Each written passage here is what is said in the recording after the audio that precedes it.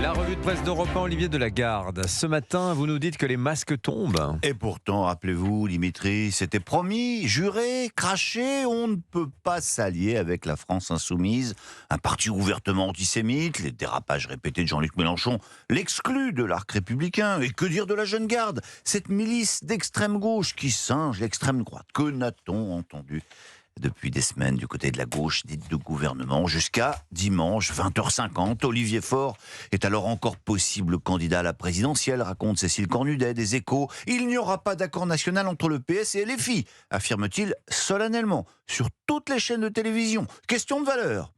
Eh bien, il n'aura pas fallu attendre longtemps pour que la gauche morale devienne celle de tous les reniements. La pièce jouée hier par les socialistes rappelle Rhinocéros de Ionesco. Un premier accord avec LFI, on s'offusque. Un deuxième, on s'étonne. Un troisième, on acquiesce. Et puis, on se précipite. On veut être le suivant. Toulouse, Avignon, Nantes, Clermont-Ferrand, Limoges, Lorient, Nantes, Lille, Besançon. N'en jetez plus. La gauche fait le choix de Mélenchon, résume Le Figaro en titre. Et pour Yves Tréhard, ce sont les accords de la honte. Oui, mais la gauche explique qu'il s'agit de faire barrage à l'extrême droite. Eh oui, la bataille contre le fascisme, Dimitri. Debout, les damnés de la terre, nos passaranes. Mais c'est une blague. Et à la une de l'opinion, Nicolas Bétou préfère presque en rire. C'est faux comme le fascisme progresse vite, écrit-il. Ainsi, à Toulouse, c'est au nom de l'antifascisme que LFI et le PS se sont accoquinés contre Jean-Luc Moudenc, dont toute la carrière s'est déroulée au centre. Comme nazi, on a connu plus dangereux, s'exclame-t-il. Oui, il faut des trésors de mauvaise foi pour prétendre à l'urgence d'un front antifasciste contre Moudenc, contre Jean-Michel Aulas à Lyon, Olivier Galzi à Avignon, ou encore contre l'alliance de LR à Nantes, commente également Guillaume Tabar dans Le Figaro. L'antifascisme a bon dos. Non, c'est l'heure des petits calculs, résume Le Parisien, aujourd'hui en France, en titre. Et est-ce que les électeurs de gauche vont accepter cela ? Eh bien ça, c'est la très bonne question dont nous aurons la réponse dimanche, mais en attendant, la position de certains quotidiens régionaux est intéressante. À Toulouse, le grand quotidien de la ville s'appelle La Dépêche du Midi, propriété de la famille Bailey. Il ne fait pas mystère de son positionnement à gauche, ce sont les ratsoc tendance cassoulet. Eh bien, pour ce journal, la tambouille socialiste à la sauce LFI est un peu indigeste.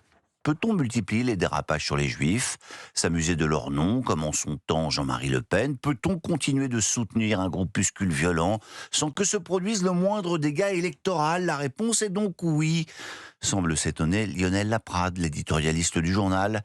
La Dépêche qui publie aussi une longue interview de Carole Delga. « Je ne renierai jamais mes convictions », déclare la présidente socialiste de la région. « Cette décision d'union avec LFI n'est pas la mienne. Je ne soutiens pas de proches de Mélenchon et je salue les décisions courageuses de ne pas y participer. » Et quoi d'autre dans les journaux ce matin, Olivier ? France Télévisions qui lance sa grande opération de transparence financière. L'info est dans les Échos. C'est l'une des conséquences de la commission d'enquête parlementaire sur les dérives de l'audiovisuel public. Le groupe de télé va publier ses comptes, ses dépenses, à partir de ce matin sur Internet. Alors pourquoi tout ça a été secret ? Pas à cause des émoluments de Delphine Ernotte, que nous révèle le journal.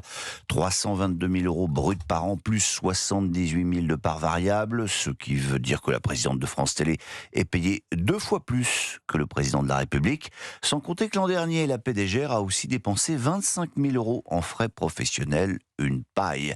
Pour oublier tout ça, vous pouvez aussi lire dans Le Figaro que les Athéniens de la Grèce antique avaient probablement inventé le LSD. Cela s'appelait Kikon. La recette était à base de champignons, raconte Vincent Bordenave. C'était pas cher et cela faisait voir la vie en rose, comme France Télé.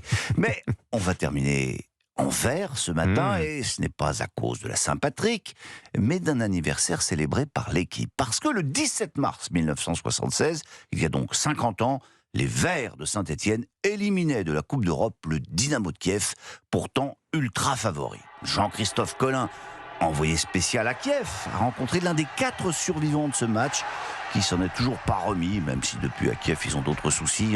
Et pourquoi ce match est important ? Parce qu'il marque finalement le début de la fameuse épopée de Saint-Étienne qui l'emmènera en finale contre le Bayern, vous savez, avec les fameux poteaux carrés. Et comme ça fera 50 ans aussi au mois de mai prochain, à mon avis, on aura l'occasion d'en reparler.